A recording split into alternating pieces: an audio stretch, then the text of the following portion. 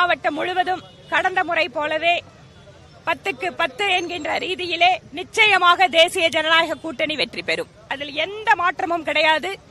ஏனென்றால் கோவை மாவட்டத்து மக்கள் யார் வளர்ச்சிக்காக வேலை செய்வார்கள், யார் மக்களுக்காக உழைப்பார்கள் என்பதில் தெளிவு பெற்றவர்கள். கடந்த 2 நாட்களாக கரூர் ரவுடி கும்பலின் வாயிலாக காவல்துறையை மிரட்டுவது, காவல் நிலையத்திலேயே ரகளை செய்வது, எதிர்கட்சி தொண்டர்களை அடித்து துவைப்பதுன்னு அராஜக ஒரு வெறியாட்டத்தை 2 நாட்களாக இங்கு கோயம்புத்தூரை கொள்ளையடிப்பதற்காக ஸ்டாலின் அவர்களால் அனுப்பப்பட்ட செந்தில் பாலாஜியினுடைய ஆட்கள் அரங்கேறிக் கொண்டிருக்கிறார்கள். கோவைக்காரங்க ரொம்ப அமைதியானவங்க தான். ஆனா அவங்க எல்லாத்தையும் பார்த்துட்டு தெளிவான முடிவு எடுப்பார்கள் நிச்சயமா. அதனால் 2500 ரூபாய், ஒரு சில தொகுதியில, தெற்கு தொகுதியில 5000 ரூபாய். இந்த பணம் எல்லாம் எங்கிருந்து வந்தது? இந்த பணம் எல்லாம் எங்கிருந்து வந்திருக்கு? டாஸ்மாக்ல அடிச்ச ஆயிரக்கணக்கான கோடி ரூபாய் கொள்ள, காவிரி மணலை வித்து மணல் மாஃபியா மூலமா ஆயிரக்கணக்கான கோடி ரூபாய் கொள்ள, அந்த கோடிக்கணக்கான பணத்தை வச்சு நம்ம எதிர்கால சந்ததியை தொலைத்து விட்டு இன்ற பணத்தை நம்மிடம் கொடுத்து வாக்கு வாங்க வருகிறார்கள். மக்கள் தெளிவாக சிந்தித்து வாக்களிக்க வேண்டும் என்பது எங்கள் கோரிக்கை. அக்கா சொன்னது போல கோயம்புத்தூர்ல ஒரு காவல் நிலையத்தை பூட்ட வேண்டிய நிர்பந்தம், ராமநாதபுரம் D1 காவல் நிலையம், அதையெல்லாம் மக்கள் பார்த்து கொண்டிருக்கின்றார்கள். என்ற நிறைவு நாள் கடுமையாக நம்முடைய தொண்டர்கள் உழைத்திருக்கின்றார்கள், தலைவர்கள் உழைத்திருக்கின்றார்கள். கூட்டணி கட்சியினுடைய எல்லா அனைத்து இந்திய அண்ணா திராவிட முன்னேற்ற கழகம், பாட்டாளி மக்கள் கட்சி, அம்மா மக்கள் முன்னேற்ற கழகம், தமிழ் மாநில காங்கிரஸ், IJK, அண்ணன் ஏசிய சண்முகனுடைய புதிய நீதி கட்சி எல்லோருக்குமே இந்த நேரத்தில் நெஞ்சார்ந்த நன்றிகளை, வாழ்த்துக்களை தெரிவித்துக் கொண்டு ஒரு மிகப்பெரிய வெற்றியை கோயம்புத்தூர் வடக்கு தொகுதியில் நம்முடைய அன்பு சொந்தங்கள், வாக்காளர் பெருமக்கள் வானத்தேக்கா கொடுக்க இருக்கிறாங்க. வானத்தேக்காவுடைய பணிச்சுமை இன்னும் அதிகமாக போகுது. ஏன்னா வளர்ச்சி வளர்ச்சி வளர்ச்சி, மத்திய அரசுடைய நிதியை கொண்டு வரணும். அண்ணன் எடப்பாடி பழனிசாமி அவர்கள் தலைமையிலான தேசிய ஜனநாயக கூட்டணி இணைஞ்சு பணியாற்றணும். ஆனால் எங்களை பொறுத்தவரை இன்றிலிருந்து தான் அதிக வேலை ஆரம்பிக்குது.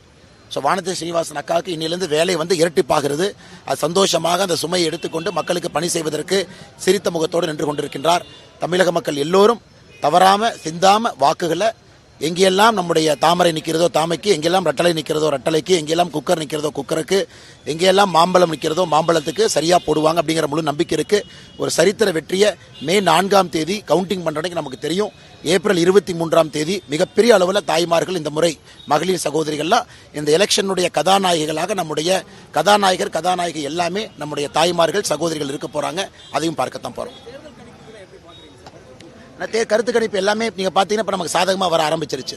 ஆரம்பத்தில் கொஞ்சம் மேனிபுலேட் பண்ணாங்க, அப்படி இப்படின்னாங்க. கடந்த 2-3 நாட்களாக எல்லாமே சாதகமா வர ஆரம்பிச்சிருச்சு. இருந்தும் கருத்து கணிப்புகளை என்டிஏவுடைய வேவ் என்ன நீங்க ப்ரெடிக்ட் பண்ணலங்கிறது என்னுடைய ஃபீலிங். என்டிஏவுக்கு ஒரு பெரிய ஒரு வேவ் உருவாயிருக்கு எல்லா இடத்திலும் கூட. அதனால் கருத்து கணிப்புகள் ஒரு ட்ரெண்ட், ஒரு டைரக்ஷன், என்டிஏ மேல போகுது, ஹாஃப் மார்க்கை நோக்கி போகுது, கிராஸ் பண்ணிருச்சுன்னு தான் சொல்றீங்க. மே 4ஆம் தேதி வரும் பொழுது நம்ம கிடைக்கக்கூடிய மெஜாரிட்டியும் மேண்டேட்டும் ஒரு தொகுதியில் நம்முடைய உறுப்பினர்களுடைய வெற்றி மார்ஜினும் பார்க்கும் பொழுது நிறைய பேர் ஆச்சரியப்படுவீங்க.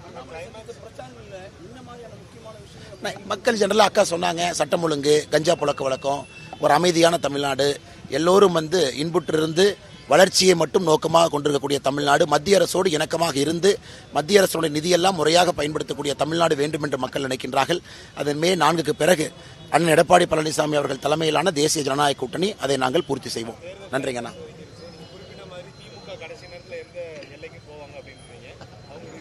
அண்ணா அதையெல்லாம் மக்கள் இப்ப டிஸ்கவுண்ட் பண்ணிட்டாங்க. அக்கா சொன்னது மாதிரி இன்னைக்கு நேத்திலிருந்து நம்ம பார்க்கிறோம், அராஜக அரசியலை, வன்முறை அரசியலை கட்டவிழ்த்து விட்டிருக்கின்றார்கள். ஒரு காவல் நிலையத்தை கோயம்புத்தூர்ல பூட்ட வேண்டிய நிர்பந்தம் காவல்துறைக்கு. கிட்டத்தட்ட 500 பேர் சேர்ந்து மாபு காவல் நிலையத்துக்குள்ள போகும்போது பூட்டி வச்சிருந்தாங்க, பூட்டு போட்டு. அதையெல்லாம் மக்கள் பார்த்து கொண்டிருக்கின்றார்கள். மக்கள் எப்பவுமே எதுல பேசுவாங்கன்னா வாக்குப்பெட்டியில பேசுவாங்க. ஏப்ரல் 23ஆம் தேதி மிகப்பெரிய அளவில் பேச போறாங்க.